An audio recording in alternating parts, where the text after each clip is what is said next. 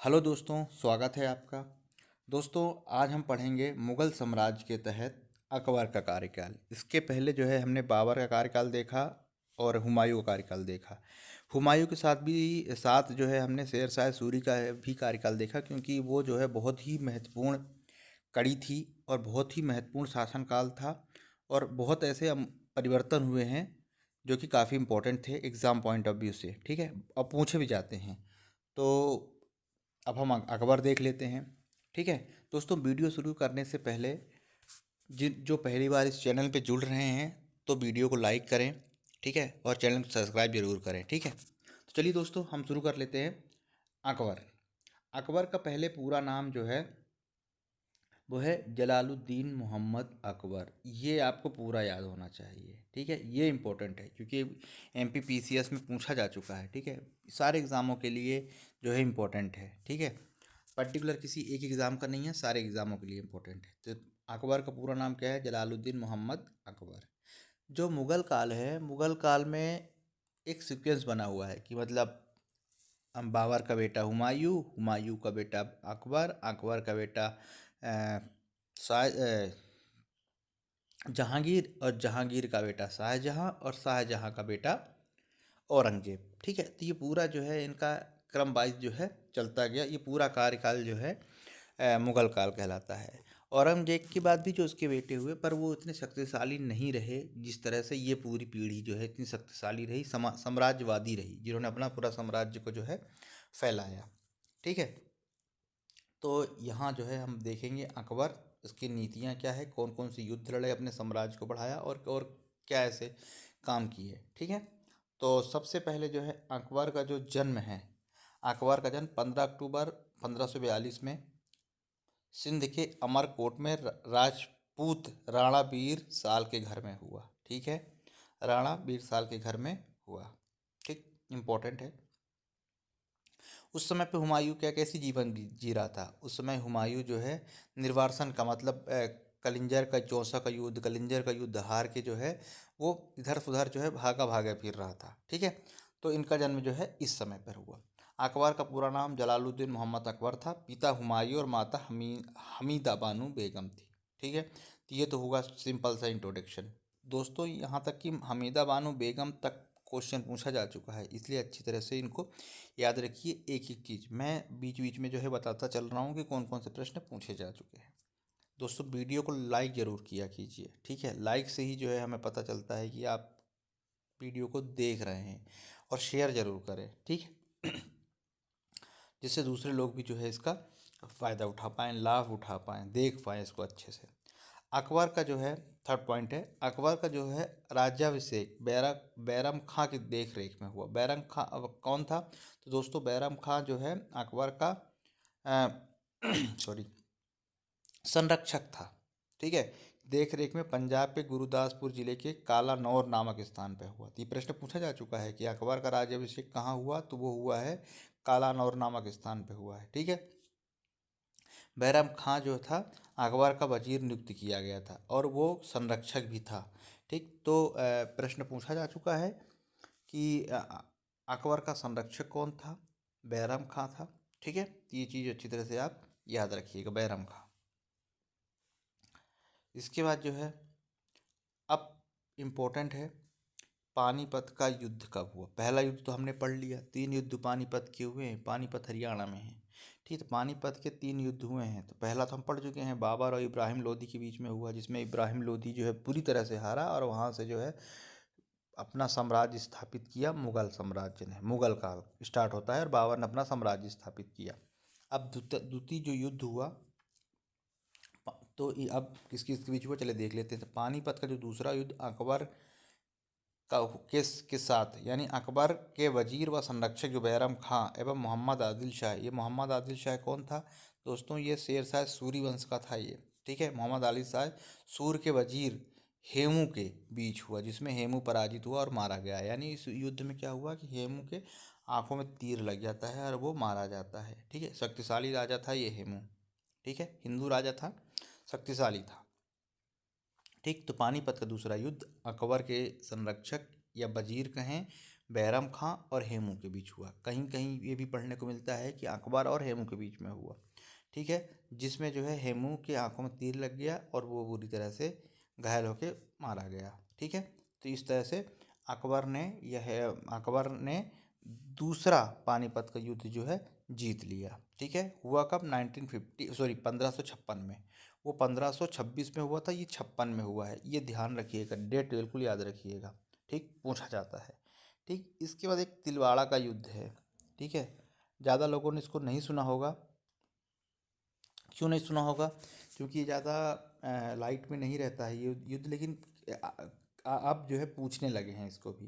तो एक्चुअली क्या है, तिलवाड़ा का युद्ध जो है अकबर का जो संरक्षक था बैरम खां, उसके बीच हुआ। अब ये युद्ध क्यों हुआ? तो दोस्तों क्या था कि जब अकबर छोटा था तो सारा सत्ता जो है, सारा देख रेख, सारी चीज़ें बैरम खां करता था। लेकिन जैसे ही अकबर बड़ा हुआ, उसने सत्ता अपने हाथ में ली, तो बैरम खां को क्या हुआ, उनको अच्छा नहीं लगा, ठीक है। तो उनके बीच में क्या हुआ, युद्ध हुआ, जिसमें बैरम खां जो है हार गया, और ये इस युद्ध में जो है मतलब बैरम खां पराजित हो गया, ठीक है। तो अकबर का संरक्षक बैरम खां अकबर के वयस्क होने के बाद भी शासन की बागडोर स्वयं अपने पास रखना चाहता था, ठीक है। इसी कारण बैरम खां ने अकबर के खिलाफ विद्रोह कर दिया। दोनों के बीच तिलवाड़ा नामक स्थान पर युद्ध हुआ और बैरम खां पराजित हो गया, मारा नहीं गया, पराजित, हार गया, ठीक है। क्योंकि सीधी सी बात है, जो इतनी सालों से सत्ता कर रहा है, मतलब राज कर रहा है, अगर तो उसे सत्ता छीन ली जाए, ठीक है, तो थोड़ा सा ये दिक्कत तो होती है। तो ये वहाँ पे यही विद्रोह का कारण बना। तो तिलवाड़ा का युद्ध किस किस के बीच हुआ? अकबर और बैरम खां के बीच हुआ, ये चीज़ ध्यान रखिएगा, ठीक है। अकबर ने बैरम खां की विधवा से विवाह कर लिया और बैरम खां का पुत्र जो है अब्दुल रहीम खाने खाना हुआ। पूरा नाम है अब्दुल रहीम खाने खाना, ठीक है। और इसका संरक्षण भी, मतलब पालन पोषण पूरी तरह से अकबर ने ही किया, ठीक है, कि मतलब उसका लड़का है, उसने किया, ठीक है। अब आके पढ़ेंगे कि नौ रत्नों में भी ये शामिल होता है, ठीक है। अब्दुल रहीम खाने खाना पूरा नाम है। अब अकबर का साम्राज्य देख लेते हैं हम, ठीक है। तो पहला है मालवा, महत्वपूर्ण है। तो साम्राज्य विस्तार के क्रम में जितने मुगल कालीन ये थे राजा, सब साम्राज्यवादी थे, मतलब अपना विस्तार करना चाहते थे। अब बाबर से लेके औरंगजेब तक सब विस्तारवादी जो है शासक थे, ठीक है। तो मालवा का अभियान हुआ। तो साम्राज्य विस्तार के क्रम में अकबर का पहला आक्रमण मालवा के शासक बाज बहादुर के ऊपर होता है, ठीक है, बाज बहादुर के ऊपर होता है, पहला अभियान होता है, ठीक है। इस अभियान में मुगल सेना का नेतृत्व आदम खां एवं पीर मोहम्मद खां ने किया है, ठीक है। किसने किया? आदम खां एवं पीर मोहम्मद खां ने किया है। बाज बहादुर जो है, ठीक है, बाज बहादुर का मकबरा, बाज बहादुर का किला, रानी रूपमती का किला, ये सभी आपको एमपी में आपने पढ़ा होगा, ठीक है। नहीं पढ़ा है तो जो जल्द जो है मांडू है, ये सब चीज़ें जो है हम पढ़ेंगे। तो पहला जो युद्ध हुआ किसके खिलाफ हुआ? अकबर का मालवा का युद्ध 1561 में हुआ है बाज बहादुर के खिलाफ, ठीक है। मालवा का शासक बाज बहादुर पराजित हुआ एवं भागकर बुरहानपुर में शरण ली, ठीक है, मतलब वो हार गया, ठीक है। मालवा का अभियान में जो है वो हार गया, मुगल सेना से हार गया, और जो है कहाँ, बुरहानपुर में जो है उसने शरण ली, ठीक है। चलिए अगला देखते हैं। अगला है बाज बहादुर की बहुत सुंदर पत्नी, परम सुंदरी पत्नी रानी रूपमती ने अपने सम्मान की रक्षा हेतु रक्षा के उद्देश्य से मृत्यु को अपना लिया, ठीक है। क्या कर लिया? मृत्यु को अपना लिया। अब पहला युद्ध हो गया। अब दूसरा युद्ध है गढ़कटंगा का अभियान 1564 में। 61 में मालवा का अभियान था, दूसरे में गढ़कटंगा का जो है अभियान। इसमें भी जो है गोंडवाना प्रदेश, गढ़कटंगा गोंडवाना प्रदेश में है, जो जबलपुर के पास में स्थित है। दमोह, कटनी और यहाँ के बीच में ही है, ठीक है। यहाँ के राजा की मृत्यु के बाद उसकी विधवा रानी दुर्गावती राज कर रही थी, ठीक है, बहुत प्रसिद्ध है रानी दुर्गावती। अब स्पेशल वीडियो जैसे अकेडमी में डला हुआ है, आप चाहें तो वहाँ से देख सकते हैं, ठीक है। तो यहाँ पर क्या हुआ, रानी दुर्गावती राज कर रही थी।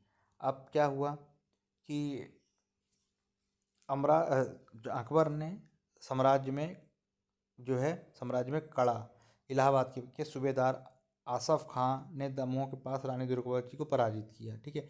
अकबर क्या करता था कि पहले लड़ने से पहले पहले उनको संदेश भिजवाता था कि आप हमारे अंडर में आ जाइए।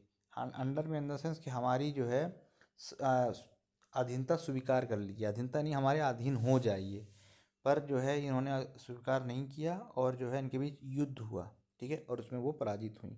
पर क्योंकि वो बंदी ना बनाए जाएं इसलिए उन्होंने क्या किया, अपनी छुरी से जो है अपने आप को भी जो है घोंप लिया, जिससे कि वो उनकी मृत्यु हो गई। ठीक है, आप मुझे कमेंट्स बॉक्स में बताइए कि इनकी जो है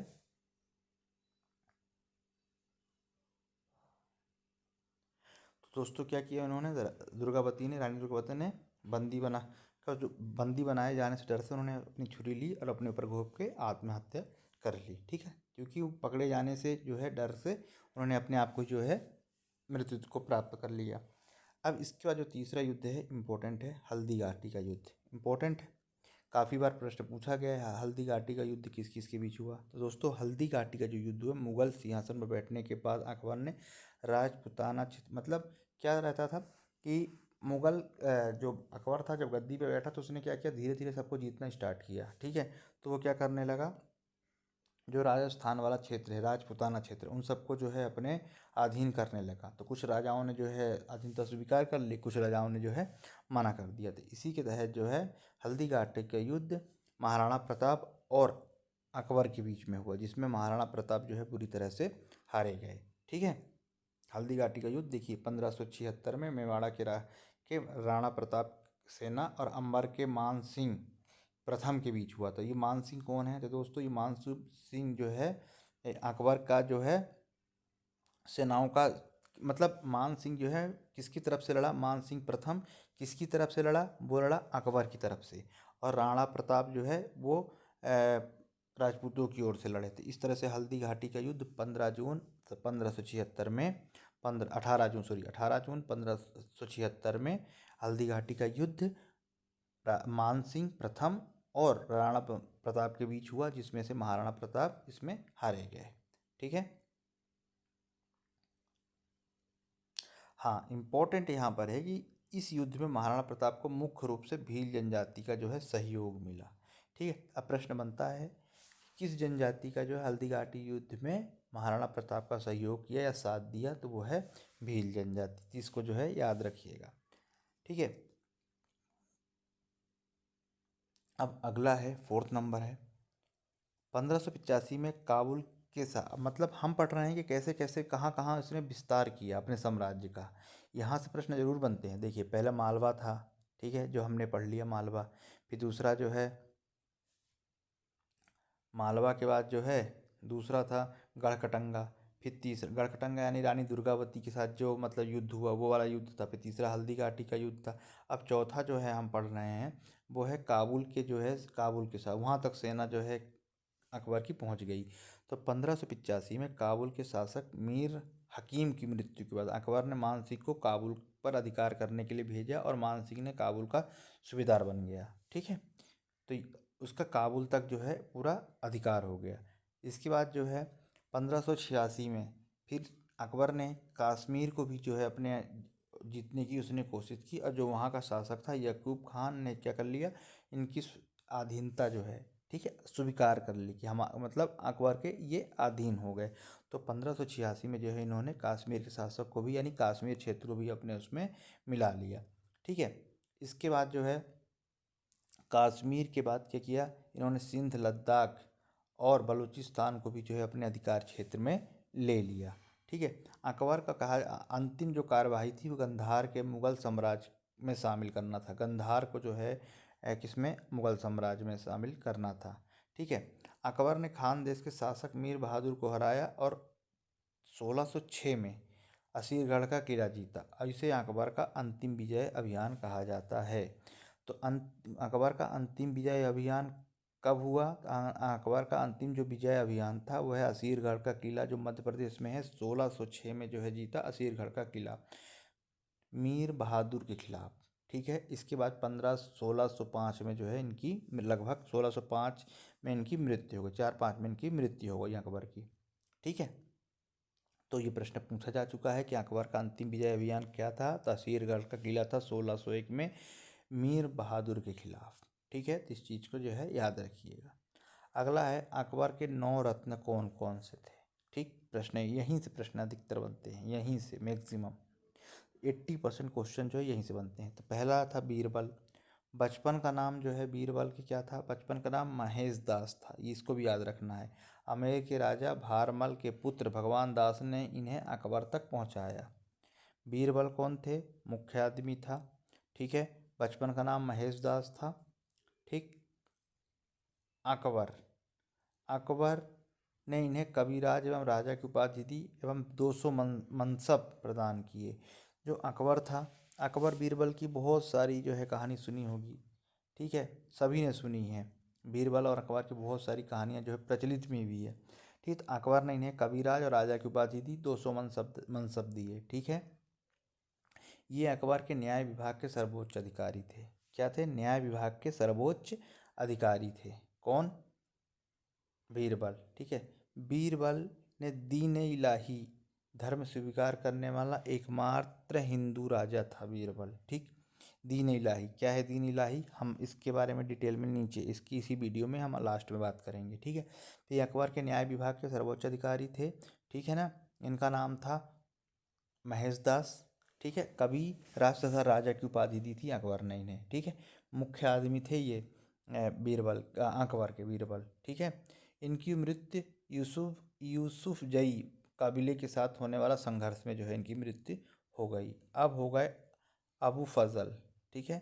आईने अकबरी अकबरनामा की रचना की इन्होंने। ये क्वेश्चन दोनों न जाने कितनी बार कितने हर एग्जामों में पूछा जा चुका है कि आईने अकबरी की रचना किसने की, अकबरनामा किसने लिखा। तो आईने अकबरी और अकबरनामा की रचना अबुल फजल ने की, ठीक है। अबू फजल दीन इलाही धर्म के मुख्य पुरोहित थे और इनकी हत्या शहजादा सलीम ने करवाई। अब शहजादा सलीम कौन है? तो शाहजहाँ का लड़का शहजादा सलीम था, जो जिसकी हत्या जो है अबू फजल की जो है इन्होंने करवाई थी। ये प्रश्न भी MPPCS के प्री में पूछा जा चुका है, 1516 में जो है पूछा गया था, ठीक है। तो अबू फजल की हत्या किसने की? अबू फजल की हत्या जो है शहजादा सलीम ने करवाई, ठीक है, ध्यान रखिएगा। अबू फजल दीन इलाही धर्म के मुख्य पुरोहित थे, ठीक है। दीन इलाही धर्म के मुख्य पुरोहित थे, ठीक। अब तानसेन, दोस्तों तानसेन के बारे में अगर मैं बात करूं तो तानसेन मत ग्वालियर के थे, सभी जानते हैं। इनका वास्तविक नाम जो है रामतनु पांडे था, ठीक है। मध्य प्रदेश में तानसेन समारोह मनाया जाता है और तानसेन सम्मान भी दिया जाता है हर साल किसी न किसी को, ठीक है। इस साल भी जो है किसी न किसी को ये दिया जाएगा, तो इसलिए ध्यान रखिएगा इसको, ठीक है। तो तानसेन जो है ग्वालियर के थे। तानसेन का वास्तविक नाम रामतनु पांडे था, इंपॉर्टेंट है, इसको याद रखिएगा। अकबर ने इन्हें कंठ भरण वाणी विलास की उपाधि दी थी। किसकी उपाधि दी थी? कंठ भरण विलास की उपाधि दी थी। इनके समय ध्रुपद गायक शैली का जो है विकास हुआ, ठीक। इनका जो है इन्हें किसकी उपाधि दी थी? भरण वाणी की, कंठ भरण वाणी विलास की उपाधि दी थी अकबर ने। हर बार ही पूछा गया है दोस्तों, ठीक है। तो इस चीज़ को भी जो है याद रखिएगा। इन्होंने इस्लाम ग्रहण कर लिया, यानी बाद में इन्होंने अकबर से मिलने पे क्या कर दिया? इस्लाम को अपना लिया। अब ये रहे अब्दुल रहीम खाने खाना, जिसकी हम ऊपर बात कर रहे थे, बैरम खां का पुत्र था। ये बैरम खां का पुत्र था, इसका पालन पोषण स्वयं अकबर ने करवाया था, ठीक है।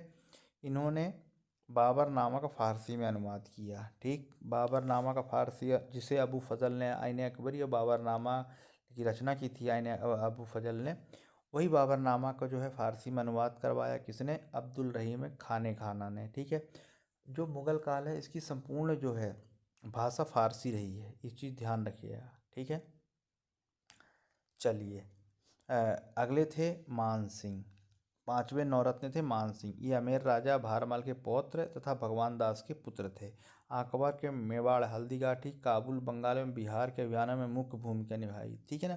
ये हल्दीघाटी जो हमने पढ़ा था अभी, मान सिंह प्रथम, यही वही मान सिंह है, ठीक है, जिसमें महाराणा प्रताप को हराया था। काबुल में, बंगाल में, काबुल में हमने पढ़ा था कि वहाँ के राजा को हराया और जीत लिया। बंगाल और बिहार में अभियानों में मुख्य भूमिका निभाई थी। नेक्स्ट है टोडरमल। अकबर से पहले ये शेरशाह सूरी के यहाँ नौकरी करते थे। अकबर के शासनकाल में दहशाला यानी भूमि सुधार की व्यवस्था की इन्होंने, ठीक है। दीन इलाही धर्म को स्वीकार नहीं किया, ठीक। अब दीन इलाही क्या है हम पढ़ेंगे इसको। तो दीन इलाही को जो है इन्होंने स्वीकार नहीं किया। इन्होंने टोडरमल ने। नवरत्न पढ़ रहे हैं, ध्यान रखिएगा। इसके बाद फैज़ी, अकबर ने इन्हें राज कवि के पद पर आसीन किया। गणित की प्रसिद्ध पुस्तक लीलावती का फारसी में अनुवाद किया। इम्पोर्टेंट, ठीक। ये फारसी में सारी चीज़ें फारसी में अनुवाद होगा। क्यों अनुवाद होगा? क्योंकि क्योंकि मुगल काल की पूरी संपूर्ण भाषा जो है फारसी थी, फारसी में सारे काम होते थे, ठीक है। तो फैज़ी को कविराज की उपाधि आसीन किया और गणित की प्रसिद्ध बुक लीलावती की उन्होंने फारसी में अनुवाद किया। किसने? फैज़ी ने, ध्यान रखिएगा।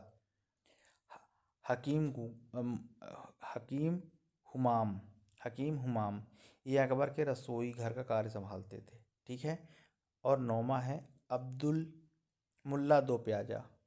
मुल्ला दो प्याजा ये अरब के रहने वाले थे। ये अपनी बुद्धिमानी एवं वाक्पटुता के कारण नवरत्न में जो है ये शामिल थे, मुल्ला दो प्याजा। तो इस तरह से 9 रत्न हो गए, किसके? अकबर के। अब दोस्तों यहाँ से 9 रत्नों से बहुत सारे प्रश्न पूछे जाएंगे। साथ ही मेंस में लिखने को आता है कि अकबर के 9 रत्नों के बारे में लिखिए या 9 रत्नों को लिखिए। तो बारे में लिखिए यानी हर आपको जैसा मैंने अभी इसमें थोड़ा थोड़ा सबके बारे में बताया तो वो ऐसा हो जाएगा। लेकिन अगर 9 रत्नों को लिखना है तो जो 9 पॉइंट है, मुल्ला दो प्याजा, बीरबल, टोडरमल, अब्दुल रहीम खाने खाना, हमीम, हुमाम, फैज़ी, यही सब आपको नाम लिख देना है, ठीक है। अब कुछ शॉर्ट में अकबर के शासनकाल की प्रमुख घटनाएं, कौन कौन सी घटनाएं, ठीक है, एक एक करके हम देख लेते हैं कौन कौन सी घटनाएं थी। 1562 में दास प्रथा का अंत कर दिया अकबर ने। ये उसकी कुछ अच्छाइयाँ थी जो मुगल राजाओं में थोड़ा सा वो अलग था, ठीक है। यही चीज़ें उसको जो है अलग करती थी। तो 1562 में दास प्रथा का अंत किया। किसने किया? अकबर ने। 53 में तीर्थ यात्रा कर समाप्त कर दिया। 64 में जजिया कर समाप्त कर दिया। 67 में मनसबदारी प्रथा प्रारंभ की। फतेहपुर सीकरी की स्थापना जो यूपी में है, कहाँ किया? 71 में किया। 75 में इबादत खाने का निर्माण करवाया। 79 में दहसाला प्रथा की घोषणा की। और 80 में साम्राज्य के सूबों में विभाजित किया, ठीक है। साम्राज्य को सूबों में, छोटे छोटे में जो है ये विभाजित किया, ठीक है। तो यही तो इम्पोर्टेंट यहाँ पर क्या है? 62, 63, 64, ठीक है ना, और 71, यानी दास प्रथा 62 में, तीर्थ यात्रा समाप्त किया। तीर्थ यात्रा पर कर देना पड़ता था। जो गैर मुस्लिम थे यानी हिंदू थे, उन्हें तीर्थ यात्राओं पर भी जो है टैक्स देना पड़ता था, इसको जो है समाप्त कर दिया। जजिया कर भी जो है समाप्त कर दिया, ठीक है। किसने? 3 चीज़ें ही इम्पोर्टेंट है। फतेहपुर सीकरी का 71 में जो है क्या करवाया? निर्माण करवाया, स्थापना की। 75 में इबादत खाने का जो है निर्माण किया। तो ये इम्पोर्टेंट घटनाएं हैं जो अकबर के कार्यकाल के दौरान जो है घटित हुई। इसके अलावा अकबर की धार्मिक नीति, ठीक है। अकबर की धार्मिक नीति अब जो है हम पढ़ेंगे। तो अकबर की जो धार्मिक नीति का मुख्य उद्देश्य जो था, सार्वभौमिक सहिष्णुता यानी सभी धर्मों के प्रति समान व्यवहार रखना जो है अकबर की धार्मिक नीति थी। ये ऐसा राजा था, तिलक लगाता था, ध्यान रखिएगा, ये भी प्रश्न पूछा जा चुका है। अकबर ने इस्लामी सिद्धांत के स्थान पर सुलह कुल की नीति अपनाई। यानी अकबर ने इस्लामी सिद्धांत के स्थान पर, यानी इस्लामी सिद्धांत ना अपनाते हुए सुलह कुल की जो है नीति अपनाई। सुलह, इसमें बहुत सारे प्रश्न बनेंगे दोस्तों। अगर मैं पूरा अकबर का बात करूँ ना तो अकबर से कम 50 क्वेश्चन बन सकते हैं, ठीक है। तो इसलिए जो है बीच बीच में बताता रहा हूँ, उसको ध्यान से नोट जरूर करें। तो अकबर ने इस्लामी सिद्धांत को छोड़ दिया और सुलह कुल की जो है नीति अपनाई। अकबर ने धार्मिक प्रचारों पर अब्दुल लतीफ़ की विचारधारा का प्रभाव था, ठीक है। विचारों पर जो है उनका प्रमुख विचार था। अकबर ने इस्लाम के मूल तत्वों को समझने के लिए इबादत खाना का निर्माण करवाया। उलेमाओं से धार्मिक विषयों पर मतभेद समाप्त करने के लिए मजहब घोषणा पत्र जारी करवाया, यानी धार्मिक मतभेद ना हो इसलिए उसने ऐसा करवाया। सभी धर्मों के सामंजस्य स्थापित करने के लिए अकबर ने दीन इलाही धर्म की स्थापना की, ठीक। अब जो हम पहले ऊपर पढ़ रहे थे, दीन इलाही धर्म की स्थापना की अकबर ने, तो ये वही दीन इलाही है, ठीक है, जिसकी अकबर ने जो है स्थापित किया। यानी सभी धर्मों में सामंजस्य स्थापित करने के लिए, सभी धर्म के बारे में समझना, उनकी सारी चीज़ों को मानना, सामंजस्य आपस में बैठा रहे, लड़ाई झगड़ा ना हो, इसीलिए जो है अकबर ने क्या किया? दीन इलाही धर्म की स्थापना की। अब सुलह कुल की नीति पूछा जाता है। सुलह कुल की नीति किस मुगल काल के राजा ने करवाई? तो वह है अकबर ने। सुलह कुल क्या होता है, चलिए देख लेते हैं। सुलह कुल का अर्थ है सभी धर्मों को महत्व देना, आदर करना एवं धार्मिक सहिष्णुता से है, ठीक है। सूफी संतों ने सुलह कुल की नीति पर जोर दिया। यानी सुलह कुल का नीति मतलब सभी धर्मों को महत्व देना, सम्मान देना, आदर करना।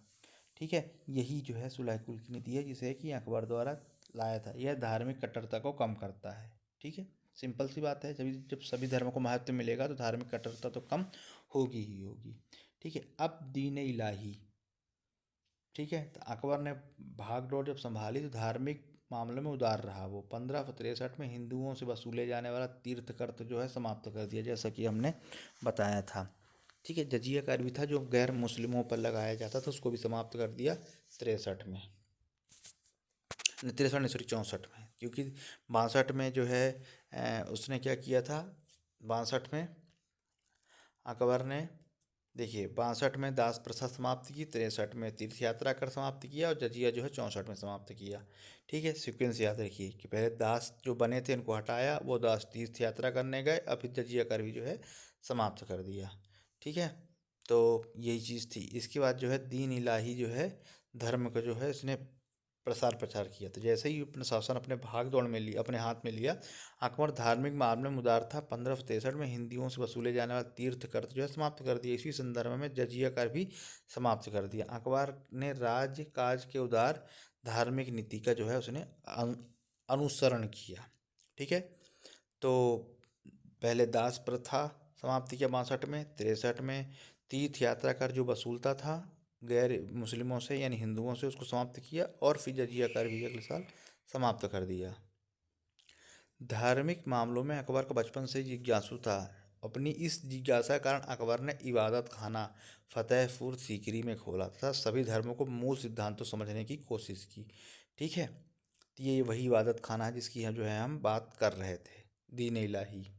ठीक, अगला है प्रारंभ में इबादत खाने में केवल मुसलमान भाग ले सकते थे। कौन ले सकता था? मुसलमान भाग ले सकते थे। एवं चर्चा का दिन बृहस्पतिवार जो है निश्चित किया जाता था। ठीक, 1578 में ईस्वी के बाद अकबर ने इबादत खाने के दरवाजे हिंदू, जैन, बौद्ध, यहूदी, पारसी और ईसाइयों के लिए भी खोल दिया। ठीक है, तभी तो भाई सार्वभौमिक होगा, तभी जब सभी धर्म के लोग आएंगे। ठीक है, तो पहले ये इबादत खाना जो है जो बनवाया था दीन इलाही, उसमें क्या था, केवल मुस्लिम लेते थे, लेकिन बाद में जो है सभी के लिए खोल दिया गया और चर्चा जो है इस दिन होती थी, बृहस्पतिवार के दिन। ठीक है, परंतु इबादत खाने का उद्देश्य था सत्य की खोज के स्थान पर अपने अपने धर्म की श्रेष्ठता सिद्ध कर। तो क्या था, मैं इबादत खाने का जो उद्देश्य था सत्य की खोज करना था, पर क्या हुआ कि सभी जो धर्म है, क्योंकि सब धर्म आने में लगे तो वो अपने श्रेष्ठता, अपने धर्म को उच्च बताने लगे, श्रेष्ठ बताने लगे, तो 82 में जो है इस इबादत खाने को जो है बंद कर दिया गया। ठीक है, तो इम्पोर्टेंट क्या है यहाँ पर, इम्पोर्टेंट चलिए मैं इसको एक बार और बताऊँगा इम्पोर्टेंट इसमें क्या है। तो दोस्तों इस तरह से इम्पोर्टेंट वीडियो था। अब इसमें से हम पूरे वीडियो से हम छांट लेते हैं क्वेश्चन कौन कौन से आएंगे। ठीक है, एक नज़र में फटाफट हम इसको देख लेते हैं, बिल्कुल इग्नोर मत कीजिएगा। पहला तो अखबार का पूरा नाम याद रखिए, क्या है, जलालुद्दीन मोहम्मद अकबर। ठीक है, ये पहला क्वेश्चन। इसके बाद जो है जन्म कहाँ हुआ, बीरबल के घर में हुआ, अमरकोट में हुआ, अकबर का जन्म है, ये इम्पोर्टेंट है। अकबर का जन्म कहाँ हुआ, अकबर अमरकोट में हुआ। ठीक है, माता पिता का नाम सभी जानते हैं हुमायूं, लेकिन माता का नाम हमीदा बानो बेगम में, ये भी इम्पोर्टेंट है। अकबर का संरक्षक कौन था, बैरम खां था, ये इम्पोर्टेंट है। ठीक है, इस चीज़ को ध्यान रखिएगा। और अकबर का राजाभिषेक कहाँ हुआ, कालानौर में हुआ। ठीक, गुरदासपुर में। संरक्षक तो हमने बता ही दिया। पानीपत का युद्ध इंपॉर्टेंट है, कब हुआ है, सन्यासन सहित याद रखिएगा, किसके किसके बीच में, कौन जीता याद रखिएगा। तिलवाड़ा का युद्ध किसके बीच में हुआ, बैरम खां और अकबर के बीच में हुआ। रीज़न मैंने बता दिया, क्योंकि क्या होता है कि भाई बहुत दिनों तक, बहुत सालों तक जो है उस संरक्षक के साथ साथ पूरा शासन कर रहा था। जब वो बागडोर अकबर अपने पास लेना चाहा तो उनको जो है इसके खिलाफ उन्होंने जो है विद्रोह कर दिया। इस चीज़ को ध्यान रखिएगा। ठीक है, बैरम खां का पुत्र कौन था, अब्दुल रहीम खान खाना, इस चीज़ को भी जो है ध्यान रखिएगा। ठीक है, ये अभियान बहुत महत्वपूर्ण है, मालवा का अभियान बाज बहादुर के खिलाफ था, कब हुआ, 61 में हुआ।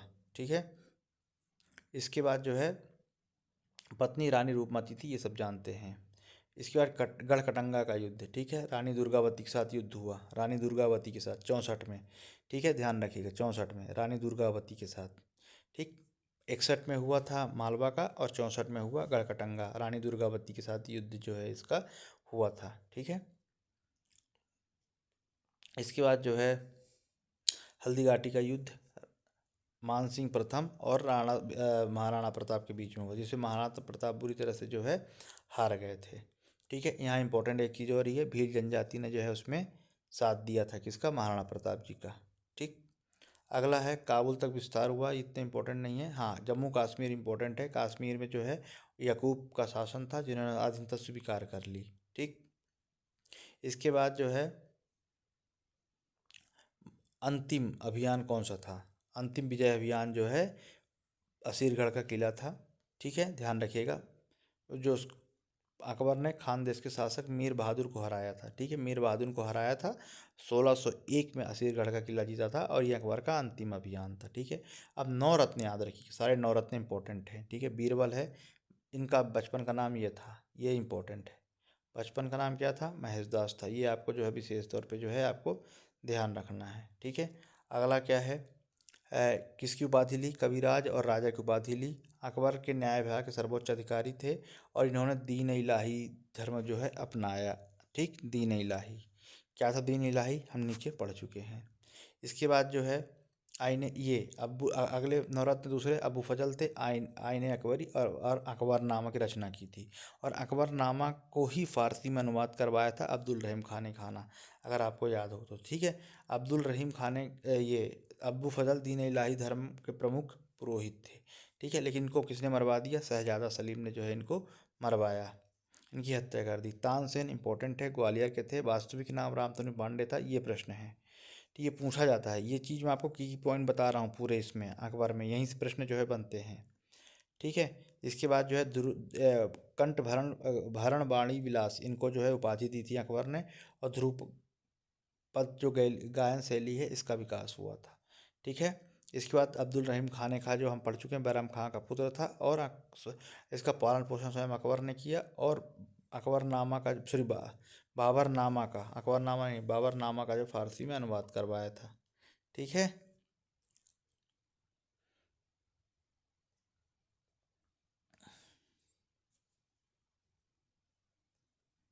चलिए आगे देख लेते हैं।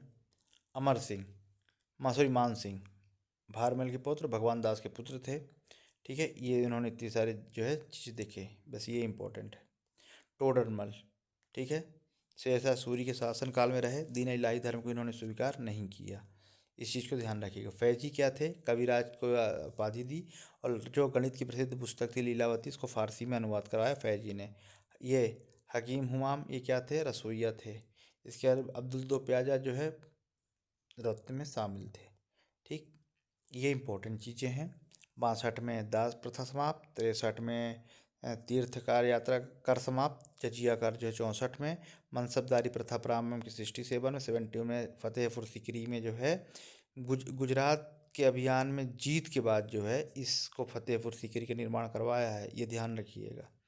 ठीक है, इसके बाद जो है नेक्स्ट है अकबर की धार्मिक नीति, जो हम पढ़ ही चुके हैं।